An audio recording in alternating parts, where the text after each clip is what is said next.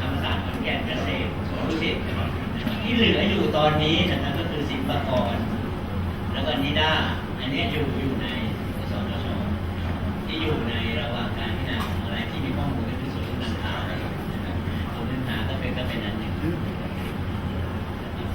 ตอนนี้ก็ครับขออนุญาตท่านผอรอบแรกก่อนนะครับในส่วนเดี๋ยวจะวนมาเพื่อที่จะลงลึกในคำถามของตัวเองนะครับเพื่อที่จะให้หลายๆท่านให้ความกระจ่างแล้วก็ผมเองก็จะพยายามในช่วงรอบแรกก็จะเอาคำถามว่านักศึกษาอยากรู้อะไรวันนี้ได้รู้แน่นอนนะครับเดี๋ยวจุฬาจะมีคนตอบให้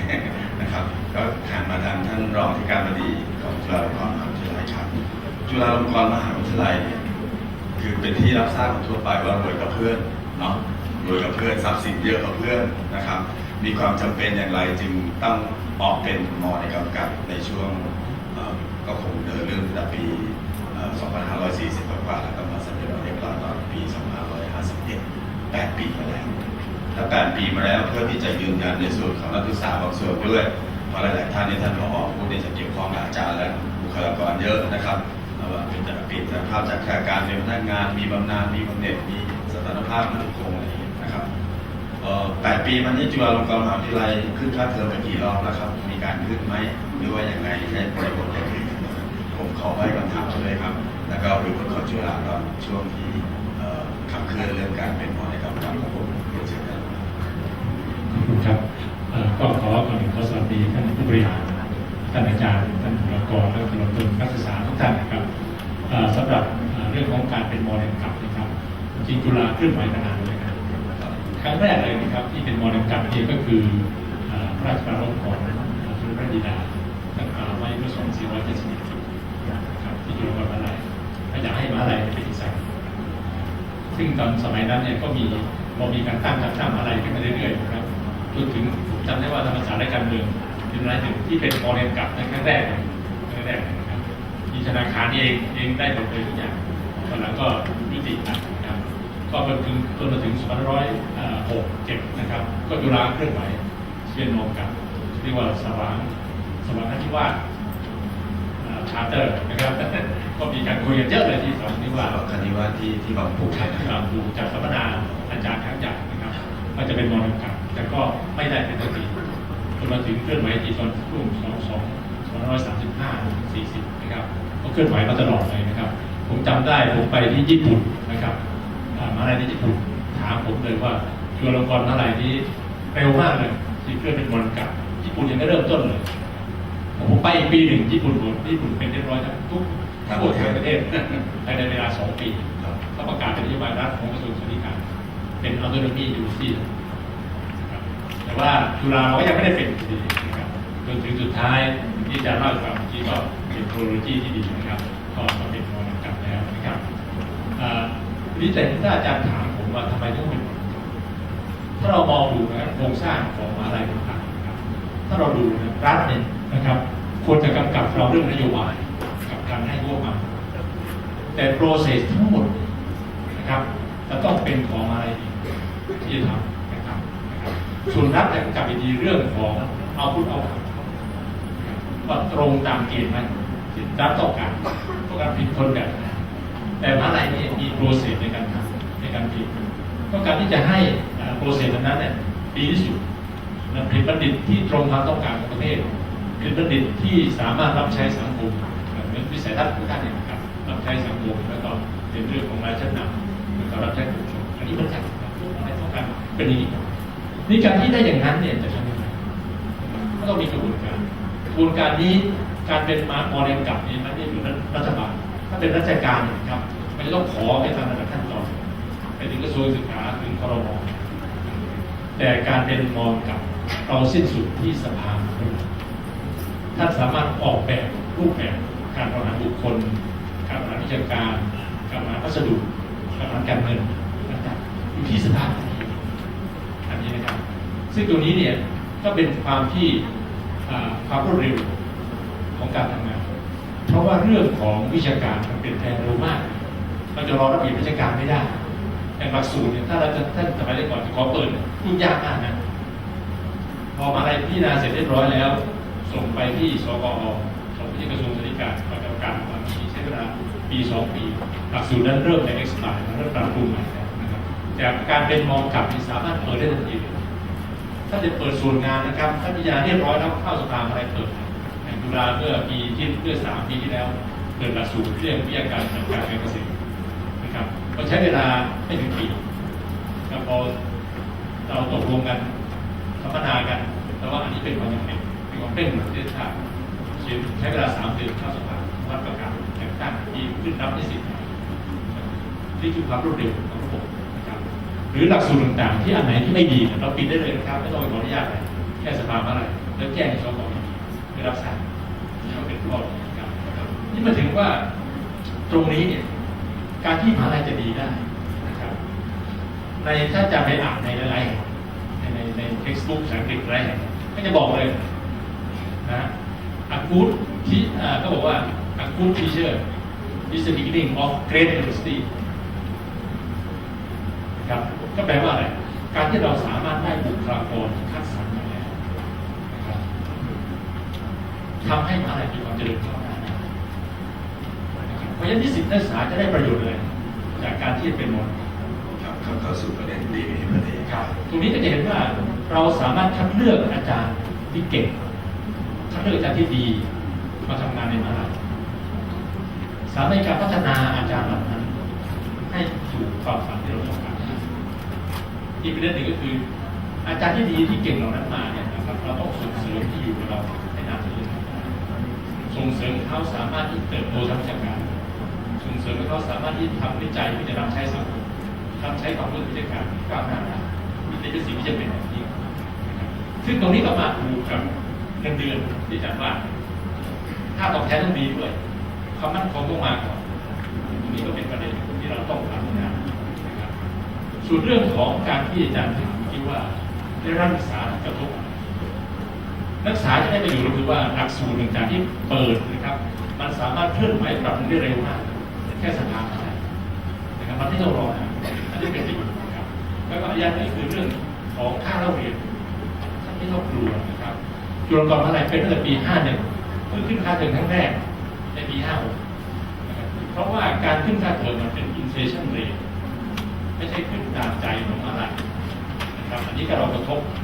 ที่เกิดขึ้นเราทราบดีนะครับแล้วก็อย่างจุฬาเนี่ยเราบอกเลยนะครับขึ้นค่าเราเรียนเมื่อไหร่ไม่มีผลกระทบต่อนักศึกษาที่นิสิตทั้งสิ้นเราจะมีทุนเสริมให้ตลอดเสริมให้ตลอดว่าท่านเข้าสอบเข้ามหาวิทยาลัยได้ครับท่านจบแน่ๆและไม่มีใครจบโดยที่ไม่มีเงินเรียนครับอะไรจัดสรรให้ได้ไปบอก ในพรบของจุฬาเองหรือของธรรมศาสตร์เอง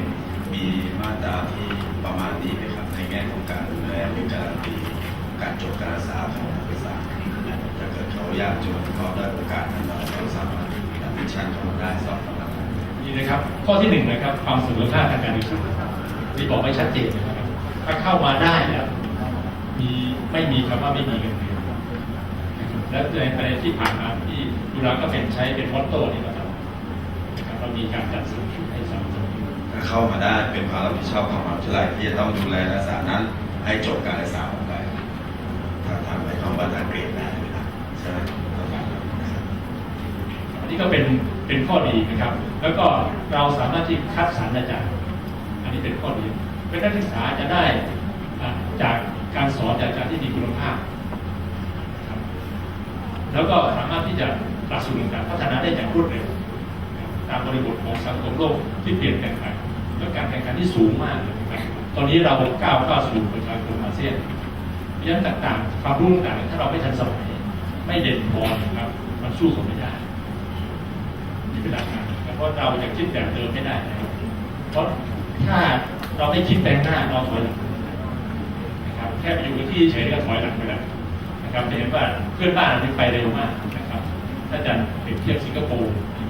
เวียดนามนะครับยิ่งมาขอก๊อปปี้อย่างเราครับก็จะดำเนินการอย่างไรกันเป็นเราที่ให้ผมแปลภาษาอังกฤษให้แล้วก็เอาไปทำนะครับนี่ก็เป็นบริบทนะครับณปัจจุบันนี้ถึงแม้8 ปีผ่านไปนี้ในแง่ของบุคลากรจุฬาลงกรณ์มหาวิทยาลัยเป็นพนักงานหมดทั้ง100%นะครับผมแล้วมีค้างอยู่ในส่วนไหนหรือดำเนินการ ตอนนี้จากจุฬาลงกรณ์มหาวิทยาลัยนี้มีข้าราชการว่าประมาณไม่เกิน 10%ปัจจุบันนะครับตรงนั้นเป็นพนักงานมหาวิทยาลัยเกินนะครับซึ่งตรงนี้นะครับถึงจุดหนึ่งนะครับถ้าท่านไม่ออกหรือออกก็ตามถึงจุดหนึ่งท่านจะไม่มีข้าราชการอะไรอยู่เขาก็ให้บรรจุมาอย่างน้อยต้องเป็นพนักงานอะไรหมดอยู่ครับคือจุดสุดท้ายนั่นเองถึงเมื่อไหร่แต่ว่าคนที่ไม่ออกเท่าที่เราสอบถามอยู่นะครับก็มีประเด็นอันแรกคนที่เห็นชัดก็คือว่าเขาอยากเป็นข้าราชการหลายคนมาเติบโตมาจากครอบครัวข้าราชการก็ยังอยากเป็นข้าราชการอยู่อันที่สองคือเท่าที่ทราบนะบางคนชักไม่มั่นใจเขาไม่มั่นใจคือว่าประเด็นของการเจ็ดก้าวสู่ตำแหน่งข้าราชการเพราะว่าในพรบที่เขียนชัดนะครับมีข้อบังคับเขียนชัดว่าถ้าก้าวมาเป็นอาจารย์ในมหาวิทยาลัยนะครับ7 ปีต้องเป็นป.ศ.ของจุฬานะครับ แล้วก็หลังจากนี้7 ปีบวก2ก็เป็นว่ากำลัง9 ปีจะเป็นร.ศ.พอเป็นร.ศ.ปั๊บนี่เราจะสัญญาถาวรเป็นไปอย่างนี้แต่ว่าท่านไม่ต้องตกใจนะครับก่อนที่ท่านจะถูกประเมินออกมหาวิทยาลัยเขามีมาตรการช่วยเหลือท่านติดขัดตรงไหนท่านขาดทุนวิจัยมาให้เต็มที่ท่านขาดคนร่วมคิดอะไรช่วยท่านในหาวิธีการที่ให้ท่านเนี่ยเข้าสู่ไม่ปล่อยให้เดินคนเดียวหลุดเดียวนะครับไม่มีครับเราช่วยเหลือตลอด ขออนุญาตเรียนถามท่านรองเพราะว่าอย่างน้อยที่สุดก็เด็กๆในธรรมศาสตร์ตอนนี้คือยังไม่ครบปีในธรรมศาสตร์ก็เรียนรู้จากจุฬาโดยในส่วนของการเป็นหมอครับวัฒนธรรมการทำงานของอาจารย์ก็ดีบุคลากรสายสนับสนุนก็ดีของธรรมศาสตร์เมื่อเปลี่ยนสถาภาพเป็นหมอเดินกลับนี้เปลี่ยนแปลงไปอย่างไรบ้างครับคือเหมือนเพราะว่าลักษณะของคนทำงานเนี่ยต้องมีบุคลิกภาพมีรายละเอียดต่างๆเหล่านี้เปลี่ยนไปที่เป็นบุคลิกที่มีความสมดุล ก็เท่าที่เห็นนะครับจะเห็นว่ามีการเปลี่ยนแปลงเลยก็คือเรื่องของการคัดสรรบุคลากรที่เข้ามาอันนี้เราคัดสรรได้ตามเกณฑ์ของเราที่เราจะบอกเราต้องการคนแบบอัตราเงินเท่าไหร่เราสามารถบอกได้นี่ก็เป็นการการันตีได้ตลอดเพราะว่าคนที่อยู่กับเราเนี่ยอย่างน้อยต้องผ่านเกณฑ์มาตรฐานก่อนนะครับเกณฑ์มาตรฐานที่เราคิดขึ้นว่าจะสามารถทำให้มหาวิทยาลัยไปสู่ความเจริญได้อย่างไรอันที่สองคือเราพยายามทำเนื่องจากว่าเป็นมหาวิทยาลัยเก่าแก่จะมีบุคลากรที่เป็นข้าราชการและพนักงานใหม่นะครับก็จะทำอะไรให้ทำงานด้วยกันได้อย่างมีความสุขก็คือต้องปรับเกณฑ์ให้คล้ายกันไม่งั้นจะเกิดความสองมาตรฐานทันทีนะครับอันนี้ก็ต้องทำให้เกณฑ์เนี่ยทำให้คล้ายกันตรงนี้ก็พอให้การก็เห็นข้าราชการอะไรเนี่ยนะครับเป็นแบบนี้เขาก็ยังจะมีแต่เราก็ต้องส่วนคือการพัฒนาบุคลากรนะครับทุกรูปแบบทั้งข้าราชการและพนักงานเป็นขั้นตอนครับก็เป็นรอบของจุฬาลงกรณ์มหาวิทยาลัยได้พูดถึงภาพรวมเรื่องของจุฬาลงกรณ์มหาวิทยาลัยผมสังเกตดูอย่างนี้นะที่อยากจะเรียนถามทั้งสองท่านในส่วนของคณาจารย์หรือบุคลากรสายสนุนที่เป็นพนักงานมหาวิทยาลัยณตอนนี้ไม่แน่ใจว่าจุฬาธรรมศาสตร์มีปัญหาอยู่ไหมคณาจารย์หรือบุคลากรที่เป็นพนักงานมหาวิทยาลัยที่รับค่าตอบแทนเงินเดือนจากงบประมาณแผ่นดินนะครับเขาก็จะรับตามเรทตามสิทธิประโยชน์ที่เขาจะได้รับแต่ก็จะมีบุคลากรอีกส่วนหนึ่งที่จ้างโดยเงินรายได้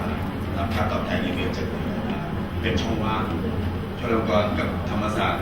ดำเนินการยังไงครับตรงนี้เพื่อที่จะไม่ให้วิธีบุคลากรซึ่งอาจจะทำงานลักษณะจ็อบเดียวกันงานในตำแหน่งเดียวกันแต่เงินเดือนไม่เท่ากันมีช่องว่างตรงนี้ซึ่งมหาวิทยาลัยรุ่นใหม่อย่างเราราชภัฏราชมงคลตอนนี้ก็เป็นปัญหาอยู่ขอทราบแนวดำเนินการของจุฬานะครับเนื่องจากว่าบุคลากรที่จ้างมีเงินได้ต่ำกับพนักงานอะไรตามเกณฑ์พวกเงินเดือนนะครับตรงนี้เราใช้เราเรียกว่าโครงสร้างเงินเดือนระบบเดียวกันเพราะฉะนั้นเกิดไม่มีความแตกต่างแต่โครงสร้างเงินเดือนของข้าราชการแตกต่างเนื่องจากโครงสร้างเงินเดือนราชการไปตามของกรมบัญชีกลางครับค่าการนั้นบังคับตามกรมบัญชีกลางตามกระทรวงการคลังอยู่แล้วแต่ของพนักงานนี้ไม่ว่าจะรับโดยเงินงบจำดีหรืองบรายได้ก็อยู่ในโครงสร้างน่าจะกันประเมินเหมือนกันไม่มีความน่าสนใจนะครับเรียนเชิญครับนะครับตาม ประเด็นที่ท่านเตรียมไว้ในโน้ตนะครับ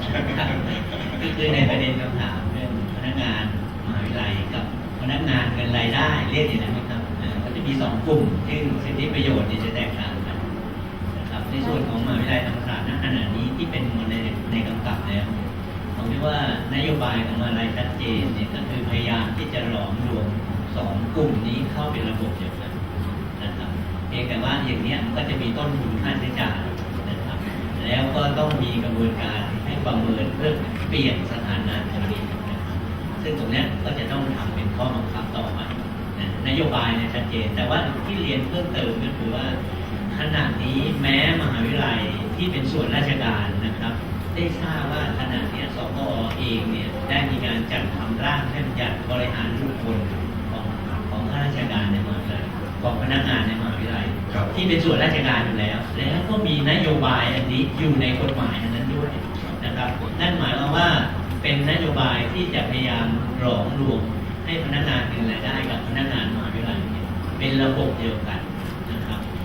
เมื่อสักเดือนที่แล้วที่มีการจัดประชุมสัมมนาชี้แจงร่างกฎหมายเนี่ยก็หลายมหาวิทยาลัยที่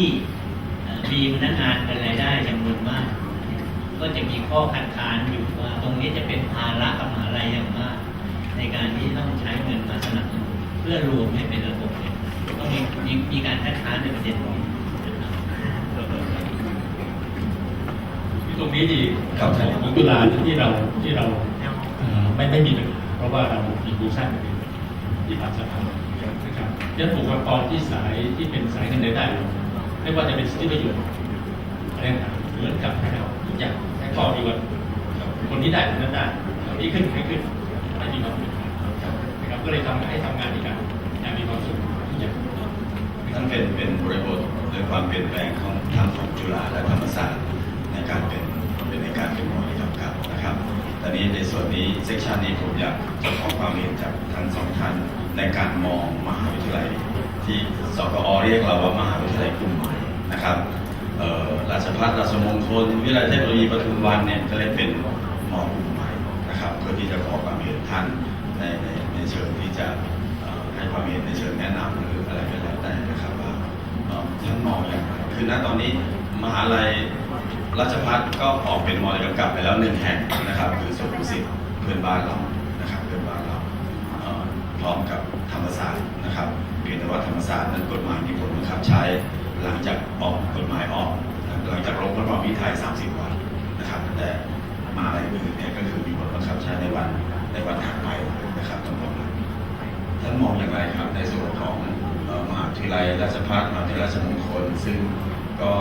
มีหลายที่นะครับนอกเหนือจากเราแล้วเนี่ยประภัยพรรณีสุราษฎร์ธานีนะครับที่มีการขยับขยื่นเคลื่อนไหวเตรียมการในเรื่องการให้ความรู้ในการเป็นหมอกับการเช่นเดียวกันไม่ใช่เฉพาะมหาวิทยาลัยส่วนกลางเท่านั้นนะครับมันมีเงื่อนไขปัจจัยอะไรบ้างที่มหาวิทยาลัยนี้นะครับเช่นราชภัฏสวนสุนันทาเนี่ยต้องคิดคำนึงก่อนที่จะขับเคลื่อนเรื่องการเป็นหมอกับจากท่านไหนก่อนก็ได้ครับขอความเห็นก่อนครับผม ก็อยู่ที่ความพร้อมของท่านนะครับ ซึ่งตัวนี้ที่ผมเห็นในท่านที่ท่านในการดีผู้ชาเนี่ยนับว่าที่นี่รอบคอบมากการรอบคอบมากเพราะอะไรมีการขั้นตอนการชี้แจงขั้นตอนการศึกษาต่างๆอย่างรอบคอบและขั้นตอนถึงวิธีการว่าอะไรจะผจญอะไรบ้างขั้นตอนหนึ่งคือเงินที่ได้มีนะครับมีพอเป็นที่ดำเนินการได้ไหมนี่คือขั้นตอนท่านผมบอกนะครับตรงนี้เนี่ยในพรบทุกอย่างจะเขียนได้เลยถ้างบประมาณไม่พอพักถึงจะสร้างเพิ่มเติมในทำให้เกิดความมั่นใจระดับว่าไม่ถูกรอยแผลแน่ๆครับว่าเราเป็นโมเดลครับแต่ตัวนี้เราก็ดำเนินการได้อันที่สองคือว่าเราคิดไปข้างหน้าว่าการที่เราสินทรัพย์ที่เรามีอยู่เราจะทำอะไรให้เกิดประโยชน์ต่อการศึกษามากที่สุดเราก็จะบอกว่าอันแรกก็คือเรื่องของบริหารจัดการสินทรัพย์ที่มีครับเพราะถ้าเป็นแบบที่อาจารย์ว่าจริงๆเนี่ยถ้าเป็นมอรัฐจะทำไม่ได้นะไปซื้ออะไรต่างๆไม่ได้เลยเพราะเรามีจัดตั้งกองทุนจัดตั้งได้เองนะครับแล้วก็สามารถที่บริหารเราได้บริหารที่บริหารสินทรัพย์ที่มีบริหารความรู้นะครับที่มีแล้วก็บริหารในเรื่องของจดสิทธิบัตรต่างๆ โดยภาพรวมแล้วจุฬาลงกรณ์มหาวิทยาลัยถึงแม้จะมีกองทุนมีทรัพย์สินอยู่เยอะก็ตามเนี่ย ช่วง 7-8 ปีในการเป็นหมอกำกับในงบประมาณที่รัฐบาลหรือกระทรวงการคลังจัดสรรให้เนี่ยมันคลออยู่เท่าเดิมหรือมันสูงขึ้นหรือมันต่ำลงกันนะครับ รัฐบาลก็พยายามจัดสรรให้ตามปกติเหมือนเดิมไม่มีครับเพียงแต่ว่ารายได้ที่เรามีอยู่เนี่ยเราสามารถมาพัฒนาความรู้พัฒนาการวิจัยพัฒนาของระบบการบริหารจัดการของอะไรนะครับให้เข้าไปข้างก้าวหน้าขนาดนี้ เรียนเชิญครับท่านผอ.ครับ ครับก็เห็นด้วยกับท่านอาจารย์นะครับว่าจริงๆการจะเปลี่ยนสถานะของมหาลัยเนี่ยหลักการขึ้นอยู่กับความพร้อมของมหาวิทยาลัยซึ่งความท่านอธิการบดีได้กล่าวตอนช่วงเช้าเนี่ยก็ท่านก็ยืนยันว่ามหาลัย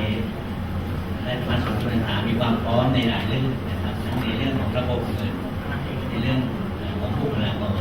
นะครับแล้วผมคิดว่าอีกอันหนึ่งก็คือต้นทุนในความเป็นสถาบันเก่าแก่ที่มีชื่อเสียงนะฮะอันนี้ก็จะเป็นปัจจัยสำคัญในการขับเคลื่อนตรงนี้ด้วยนะครับเพียงแต่ว่าผมคิดว่าในการตัดสินใจที่จะออกหรือไม่ออกเนี่ยนะครับถ้าเราดูในแง่หลักการและเหตุวัตถุประสงค์หรือเป้าหมายของการเป็นมหาวิทยาลัยในกำกับที่มันเขียนอยู่ในกฎหมายเป็นหลักการและเหตุผลที่เขียนอยู่ในกฎหมายเลยก็คือว่าเขาต้องการให้มหาวิทยาลัยเนี่ยนะครับมีระบบการบริหารจัดการที่มีความอิสระคล่องตัวเพื่อให้สามารถจัดการศึกษาในระดับอุดมศึกษาได้อย่างมีคุณภาพและประสิทธิภาพไอ้นี่เป็นหลักการของม.ในกำกับนะครับสิ่งที่จะทำอย่างนี้ได้เนี่ยนะครับในภาครัฐให้สิทธิ์ให้อำนาจสำคัญสองเรื่องนะครับหนึ่งก็คือว่าให้สิทธิ์ให้อำนาจมหาวิทยาลัยเนี่ยสามารถดำเนินการในเรื่องต่างๆได้มากขึ้นนั่นหมายว่าจะมีการขยายขอบเขตอำนาจหน้าที่อย่างที่ผมเรียนไปการจัดตั้งบริษัทการออกแบบนะครับประการที่สองก็คือให้สิทธิ์ให้อำนาจมหาวิทยาลัยโดยสภาในการสร้างระบบบริหารจัดการรูปแบบใหม่ขึ้นได้เองโดยไม่ต้องอิงอยู่กับระบบระเบียบของทางราชการตรงนี้เป็นความเป็นอิสระคล่องตัวที่สำคัญสองเรื่องนะครับซึ่งตรงเนี้ยก็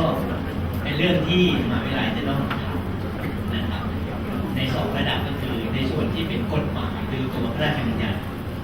อันที่สองก็คือในส่วนที่เป็นข้อบังคับที่เป็นกฎหมายลูกสองส่วนเนี่ยก็จะต้อง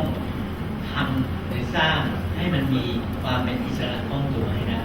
นะครับแล้วก็รวมกับปัจจัยต้นทุนของมหาวิทยาลัยนะครับก็น่าจะไปได้นะครับทีนี้ผมคิดว่าปัจจัยที่สำคัญอีกอันหนึ่งก็คือความพร้อมหรือว่าความร่วมมือความสนับสนุนของบุคลากรนะครับตรงนี้ก็จะเป็นปัจจัยสำคัญถ้าได้รับความร่วมมือสนับสนุนนี่ก็จะไปได้นะครับแล้วก็ความการสรรหาผู้บริหารที่มีวิสัยทัศน์นะครับแล้วมีความมุ่งมั่นแล้วก็มีความสามารถโดยเฉพาะถ้าสามารถที่จะหยิบหรือเอาข้อกำหนดนะครับในเรื่องที่ให้อำนาจเนี่ยมีอำนาจหน้าที่อย่างอื่นได้ในการสร้างรายได้ให้กับมหาวิทยาลัยเนี่ยผมคิดว่าถ้าทำมันได้จะเสริมอย่างมากให้มหาวิทยาลัยเดินได้ ก็มีบางประเด็นที่ผมเองก็ยังลังเลใจสับสนนิดหนึ่งเพราะว่าความพร้อมที่ท่านกล่าวถึงเนี่ยจะเริ่มต้นที่ความพร้อมเรื่องการเงินมหาวิทยาลัยต้องมีทุนพอสมควรนะครับทำนองนั้นนะครับแต่พาดพิงเพื่อนบ้านเรานิดหนึ่งนะเขามีหนี้เขาหอบนอกระบบนะอย่างนั้น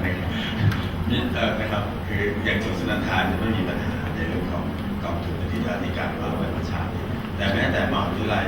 เอาอย่างนี้ดีกว่าเอาตรงๆราชภัฏสวนดุสิตเนี่ยนะครับ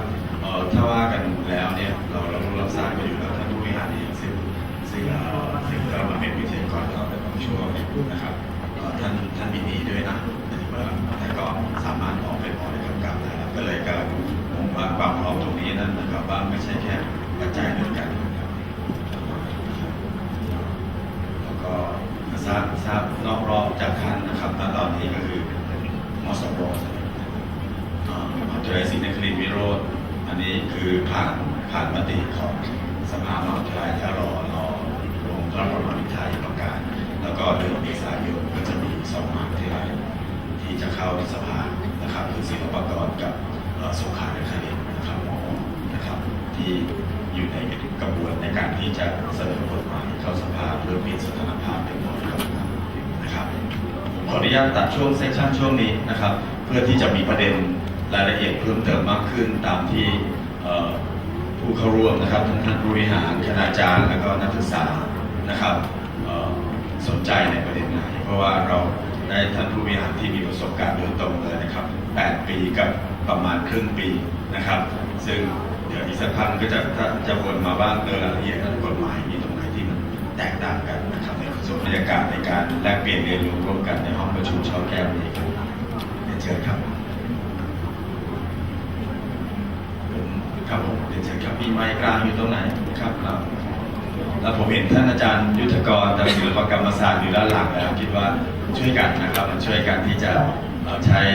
ช่วงเวลานี้ให้เป็นประโยชน์มีคุณค่ามากที่สุดต่อการเรียนรู้ของศูนย์ชนทานนะครับกับเรียนเชิญท่านอาจารย์ครับช่วยแนะนำตัวเลยนะครับครับผมดร.ธนาชัยสุขเพชรนะครับเรียนนวัตกรรมนะครับหลักสูตรและประศาสนศาสตร์มหาบัณฑิตผมอยากจะเรียนถามนิดนึงครับถ้าเกิดเราออกมาอยู่ในกำกับนะฮะการบริหารเรื่องหลักสูตรก็ดีอย่างที่ท่านรองนะครับรองคณบดีได้รองอธิการบดีที่จุฬาได้พูดถึงนะครับประเด็น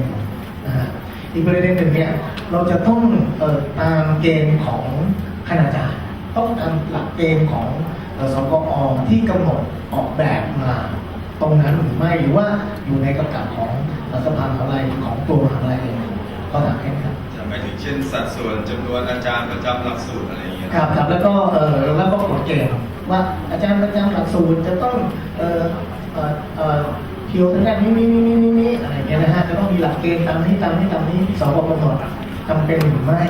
นะครับหรือว่า TQF ได้ไหมครับจุฬากับธรรมศาสตร์มี TQF ใช่แต่แค่จะอยู่ในถามกันว่าจะได้ถ้าเกิดอยู่ในประมาณในกำกับเราเนี่ยนะครับจะต้องเป็นไปตามของหลักเกณฑ์ที่สกอกำหนดหรือไม่หรือว่าเราจะบริหารจัดการของเราเองในเรื่องของตรงนี้ครับครับผมเชิญครับคือตรงนี้นี่เกณฑ์มาตรฐานครับเป็นเกณฑ์ที่รัฐบาลกำหนดให้เราต้องมีมาตรฐานตามเกณฑ์นะครับเราไม่สามารถที่จะปฏิเสธได้ซึ่งตรงนี้นี่เกณฑ์มาตรฐานปี58ที่เราเดือดร้อนต้นหน้าครับก็เมื่อครั้งสองที่แล้วเนี่ยท่านผู้บริหารก็เชิญผู้บริหารอะไรแห่งนะครับเข้าพบที่สวนเข้าไปนั่งด้วยนะครับก็ถามถึงปัญหาต่างๆที่เกิดขึ้นแต่ละอะไรก็นำปัญหาที่เกิดขึ้นนะครับนำเสนอเนี่ยเดี๋ยวท่านอันที่ได้อันที่ไม่ได้อันนี้ที่มันไปมัดมือเรามากยังไม่น่าจะไปใช้กับของกันมันเลยเกณฑ์นั้นท่านพยายามที่จะบอกว่าเกณฑ์นั้นนะครับเกิดเนื่องจากว่าอะไรมันเยอะมากเขาต้องมีเกณฑ์กลางมาจัดการให้เราว่าตรงไหนเนี่ยจะดีที่สุดไม่งั้นมหาอะไรที่ระดับใหม่ๆนะครับระดับไม่มีอะไรเลยนะครับก็จะได้ไปอยู่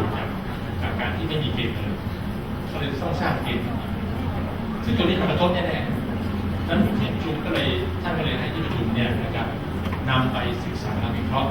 ภายในเดือนเขาได้นำเสนอว่าจะแก้เกณฑ์มาตรฐานปี58ที่มีการใช้ภายในที่11พฤษภาคมเนี่ยไม่ถึงมีปรับเปลี่ยนแน่นะครับอันนี้มีปรับเปลี่ยนแน่ก็มีหลายอันเลยไม่แต่จุฬาเองเดินไม่ได้เลยครับซึ่งตัวนี้ก็จะเป็นปัญหาหนึ่งนะครับเพราะว่าเราเอาเกณฑ์ที่มันตรึงแน่นกันมามัดมือในการทำงานของมันนี่มันไม่เกิดประโยชน์เลยนะครับแล้วก็แม้แต่เรื่องของการประเมินของสปส.ก็อาจจะถูกเลื่อนไปนะครับเอ็กซ์พาร์เกณฑ์สก.ที่มีการปรับอย่างสก.มาประเมินจุฬาเราคงนะครับเราเกณฑ์เราก็ตามแต่เราให้ประเมินยุทธศาสตร์เอาพูดเอาคำก็เป็นอย่างไรเราสร้างเราต้องประเมินตามนี้นะครับเขาต้องยอมรับเขาไม่ยอมรับเพราะเราเป็นคนนำกับทำแบบเดิมไม่ได้เราถือว่าการที่ทำแบบเดิมถึง6เนี่ยมันไม่ได้ทำให้มหาวิทยาลัยนี้ก้าวหน้าเลยแต่ถ้ายุทธศาสตร์ของผมสร้างอย่างนี้แล้วผมต้องการพุ่งมหาวิทยาลัยเป็นอย่างนี้แล้วท่านประเมินช่วงที่ผ่านมานี่เกณฑ์1-6ที่ว่านี่ยังทำตามในธรรมศาสตร์ของธรรมศาสตร์เท่าที่ผมทราบนี่ท่านที่การบดีทำหนังสือถึงสพว่าธรรมศาสตร์จะไม่ใช้หลักเกณฑ์ TQF ของสพแต่จะใช้เกณฑ์คุณภาพของธรรมศาสตร์เองที่ผ่านสภามหาวิทยาลัยท่านช่วยอ เติมนิดหนึ่งครับ ครับผม ของจุฬาเราก็แก้แล้วนะครับ ครับ เราใช้เกมมาตรฐานของจุฬาเอง มีชื่อตัวโมเดล CU 100ครบ9 ปีเพราะเมื่อวานนี้วันที่ผมครบรอบ99 ปีเราเข้าปีที่100 ครับ CU โมเดล100 น่าสนใจนะครับ ASRU โมเดล 80 นะครับ เรียนเชิญครับท่านผอครับ จริงๆการเป็นมหาลัยเรียนกำกับแม้หลักการจะมีความเป็นอิสระคล่องตัวเนี่ยแต่ว่าในกฎหมายเนี่ยทุกมหาวิทยาลัยจะเขียนเหมือนกันหมดนะยังอยู่ภายใต้การกำกับของรัฐมนตรีกระทรวงศึกษานั่นหมายความว่าในเชิงนโยบายในเชิงที่มันเป็นมาตรฐานเนี่ยก็ยังอยู่ในส่วนของระบบประกันคุณภาพเนี่ยตอนนี้ของธรรมศาสตร์เริ่มใช้เอสเปกครับเอสเปก Aspect ก็เป็นระบบ ESPEC ครับ EDPEX ผมเรียกว่า เรียกกันอย่างนั้นก็จะเป็นระบบพัฒนาองค์กรสู่คุณภาพที่เริ่มใช้ตอนนี้กำลังเอาเข้ามาแล้วก็จะมีการพัฒนาบริหารใน ในเกณฑ์ของสกอแบบที่ท่านอาจารย์ถามนี่ยังอิงอยู่หรือเหลียวมองอยู่หรือว่า ก็ยังอยู่ครับยังอยู่ในส่วนของคำถามยังอยู่นะครับเพียงแต่ว่ามันก็จะมีตรงนี้เสริมขึ้นมาเข้าใจว่าเมื่อสัปดาห์ที่แล้วที่ท่านอาจารย์พูดถึงว่าในสปชมีมติให้เวฟก็คือชะลอการใช้ระบบการประเมินภายนอกสปสเนี่ยนะครับเป็น2 ปีนะแล้วก็ให้มาไล่ในการดูแลตรงนี้เองนะครับ ที่ผมทราบก็สปทนะสภาขับเคลื่อนการปฏิรูปประเทศมีมติประมาณนี้นะครับแต่ผมไม่แน่ใจว่าในทางปฏิบัติเนี่ยเขาต้องส่งมติไปยังครม.หรือรัฐบาลหรือกระทรวงให้ความเห็นชอบหรือเปล่านะครับในการที่จะติดเบรกสมสไว้สัก2 ปีก่อนเลยครับก็ยังไม่แน่ว่ามีผลปฏิบัติแค่ไหนนะครับนักศึกษาทราบนะครับมหาวิทยาลัยกำกับของรัฐจริงๆเนี่ยคือในกำกับของรัฐมนตรีว่าการกระทรวงศึกษาธิการนะครับที่ท่านขยายความไปเลยก็ยังอยู่ในสายตาอยู่นะครับอะไรทำนองนั้นนะครับเดี๋ยวเชิญท่านอาจารย์ยุทธกรผมอยู่ตรงนี้แต่สบตาได้นะครับสบตา ผมก็จะไม่พูดนะครับ อาจารย์ก็ให้ผมพูดได้นะครับ ต้องสวัสดี เป็น ท่าน ที่วิชาการครับ ครับผมสวัสดีท่านวิทยากรทั้ง 2 ท่านนะท่านจุฬาธรรมศาสตร์นะครับท่านจารุโรจน์ด้วยที่ดำเนินรายการคณาจารย์ทุกท่านครับ ผมยุทธกรสุริขการลงจากคณะศิลปกรรมศาสตร์นะฮะผมคิดว่านักศึกษาคงงงว่ามาฟังเรื่องใหม่นะหลายคนก็เริ่มเล่นหลายแล้วนะเพราะว่าบางทีเราไม่รู้ว่ามันเกี่ยวอะไรกับเรานะครับผมเล่าให้ฟังนะฮะเรียนท่านวิทยากรแล้วก็ทุกท่านที่อาจจะเพิ่งมาทำงานที่นี่แล้วก็นักศึกษาเพิ่งมาใหม่เนี่ยนะส่วนนักศึกษาเนี่ยเคยจะออกนอกระบบไปครั้งหนึ่งเป็นเรื่องเป็นราวใหญ่โตเลยครับนักศึกษาประท้วงหน้าตึกเนี่ยที่เรากำลังพูดถึงเนี่ยเต็มไปด้วยนักศึกษานะฮะผมขออนุญาตยืนตรงนี้เลยนะทุกเด็กเขาจะไม่ต้องหันหน้ามาที่ ที่กำลังจะบรรยายที่ไม่ได้มีภาพประกอบนะครับ ขออนุญาต ช่วย มันไม่ใช่นักศึกษาข้างหน้าก็จะต้องคอเอียงไปข้างหนึ่งนะต้องขออนุญาตยืนตรงนี้ว่า เมื่อย้อนกลับไปก่อนหน้าท่านอธิการท่านนี้ครับที่ประชาท่านมาเปิดงานเนี่ยท่านที่แล้วนะฮะจะออกแล้วเมื่อมีการแบบเนี้ยดิสคัสถามอะไรกันเนี้ยคำตอบมันไม่ค่อยจะชัดเจนแล้วก็คลุมเครือมันทำให้มีความรู้สึกว่าต้องมีอะไรบางอย่าง behind the scene มันก็เลยกลายเป็นมวลหมู่ประชามหานักศึกษาเลยเนี่ยออกมานะปิดถนนเนี่ยตรงเนี้ยนะฮะไม่รู้ใครทันหรือเปล่านะครับตรงสวนอ้อยเนี่ยเดินเข้ามานะฮะเข้ามาผ่านตึกคณะวิการจัดการเข้ามาเลยแล้วก็มาออกันอยู่ที่หน้าตึกนี้นะฮะท่านนายกสภารีบมาจากบ้านด่วนเลยนะฮะคุณกรณ์ครับรังสีต้องมาคิดว่าจะทำยังไงนักศึกษาไม่ยอมครับเช่ารถขยายเสียงมาพูดอยู่ตรงนี้อย่างกับมีไฮปาร์คอะไรสักอย่างนะครับ เป็นบรรยากาศประชาธิปไตย บรรยากาศประชาธิปไตยแรงกล้ามากนะฮะแล้วมันประกอบไปขนาดนั้นเนี่ยกลุ่มม็อบเสื้อแดงมันก็เกิดขึ้นมาพอดีนะฮะอยู่ตรงหน้ารัฐสภาเนี่ยครับทีนี้จะเล่าเพราะว่าอะไรนะเพราะว่านักศึกษาไม่หยุดตรงนี้สิครับนักศึกษาจะออกไปที่หน้ารัฐสภาจะไปพบนายกยิ่งลักษณ์จะไปพบรัฐมนตรีศึกษาซึ่งตอนนั้นเราเป็นห่วงว่านักศึกษาเนี่ยจะไปเจอม็อบที่เขาอยู่ตรงนั้นอยู่แล้วแล้วมันคนละม็อบกันแล้วก็จะไปกันใหญ่นะฮะแต่ว่าจุดประสงค์เนี่ยถามว่าณเวลานั้นทำไมรุ่นพี่ๆเขาคิดอย่างนี้นะฮะต้องเรียนให้อาจารย์ทราบว่าที่มาที่ไปเนี่ยความพร้อมของจุฬากับศูนย์การค้าเนี่ยมันเทียบกันไม่ได้ในเรื่องของเงินในกระเป๋าต้องเข้าใจก่อนความพร้อมกับแต่ละที่ในประเด็นของทุนรอนที่เราจะออกแล้วเนี่ย ผมเล่าให้ฟังอย่างคร่าวๆแบบเป็นอาจารย์นะสำหรับนักศึกษาที่กำลังงงว่าออกกับไม่ออกเนี่ยสิ่งที่ผู้หลักผู้ใหญ่เขาต้องการเนี่ยเขารู้สึกว่ามันจะคล่องขึ้นเวลาที่ออกโดยเฉพาะทางการเงินนะฮะทีนี้ถ้าเรามีเงินในกระเป๋าเนี่ยเราอาจจะปฏิเสธรัฐบาลได้มากขึ้นนะฮะจุฬาเนี่ยรับประกันว่าผมไม่รู้ว่าจะเรียกว่าอย่างไรดีเพราะมีเนื้อที่บริเวณรอบๆจุฬาเนี่ยที่เป็นที่ดินแพงๆดูแล้วนะฮะเราเก็บค่าเช่าก็สามารถจะอยู่ได้สบายนะฮะทีนี้ถ้าเราเทียบของเราเนี่ยโอเคเราต้องถามว่าเรามีรายได้อะไรณวันนั้นผู้บริหารมักจะตอบเลี่ยงๆว่าเดี๋ยวเอาตรงนู้นมาช่วยตรงนี้มาเสริมอย่างเงี้ยในสุดแล้วเมื่อมันไม่ตอบโจทย์นะครับนักศึกษาจึงคิดว่าในที่สุดเฮ้ยมันไม่พ้นค่าหน่วยคิดของผมนี่หว่านะของหน่วยนี้อย่างเงี้ยนะฮะวันนี้คือหมูในป่วยที่มีความรู้สึกว่าในสุดแล้วเมื่อมหาวิทยาลัยบริหารงานต่อไปไม่ได้เนี่ยในการที่จะต้องจ่ายค่าสอนขอจ่ายมากขึ้นค่าไอ้นู่นไอ้นี่ที่ต้องจ่ายเองมากขึ้นกว่าเดิมเนี่ยนะฮะจากที่รัฐเคยช่วยเนี่ยนะเพราะฉะนั้นเมื่อมันจะตอบโจทย์ตรงนี้ไม่ได้มันจะวกกลับมาที่เงิน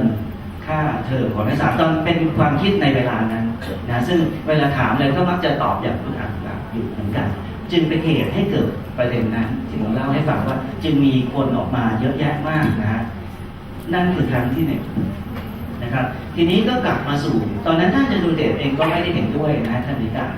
ที่เป็นนิการในวันนี้นะอันนี้วันนี้เหตุการณ์ผ่านมาเนี่ยเราเหมือนจะโดนรุมเร้าว่า